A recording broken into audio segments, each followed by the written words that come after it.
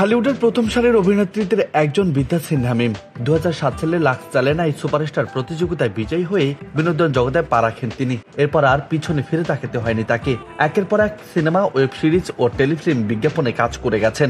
Glamorous দুনিয়া উত্তাপ ছড়াতে মিমের জুড়িও নেই, আর আকর্ষণীয় রূপ ফিগার বরাবরই ঝড় তোলেন ভক্তদের হৃদয়ে। সামাজিক যোগাযোগ মাধ্যমে বেশ সরবে নায়িকা প্রতি মুহূর্তে নিজের ছবি, ভিডিও ভক্তদের সঙ্গে শেয়ার করেন। সম্প্রতি সাদা টপসে খোলামেলা রূপে দেখা মিলল মিমের। শনির সন্ধ্যায় নিজের ফেসবুক অ্যাকাউন্টে 16টি ছবি প্রকাশ করেছেন তিনি।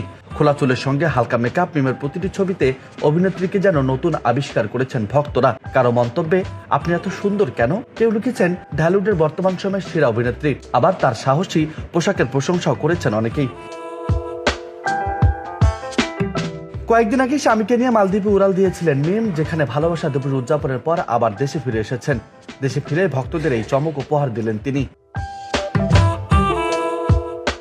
প্রসঙ্গত 2007 সালে লাক্স চ্যালেঞ্জ সুপারস্টার প্রতিযোগিতায় বিজয়ী হয়ে বিনোদন জগতে প্রকাশ করেন বিদ্যা সিনহা মিম।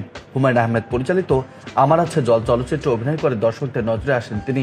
এরপর থেকে টেলিভিশন, নাটক ও চলচ্চিত্রে কাজ করে জনপ্রিয়তা অর্জন করেন। নিজের অভিনয় দক্ষতা দিয়ে দর্শকদের মনে জায়গা করে নিয়েছেন এই অভিনেত্রী।